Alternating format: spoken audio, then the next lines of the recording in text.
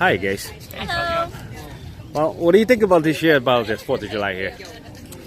I think that this year is really different from the last year's. I'm actually on the committee this year, and I'm the marketing and advertising coordinator. And so I've been working on like designing these t-shirts and the logo and the new website and everything.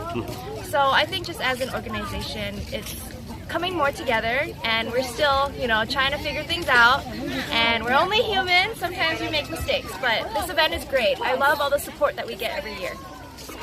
It's awesome. I haven't been here in 2 years, so I'm used to the food trucks still on the hill, and I'm not used to this new park, so I think it's great. I love how all the athletes come out to compete, and that's my favorite part every year, so I'm just happy to be back here. Cool. Okay, what's your name? Yupeng. Yupeng. Adora. Thank you so much, guys. Yeah, thank you. Check my YouTube channel. Okay, what is it, Hmong Radio Broadcast?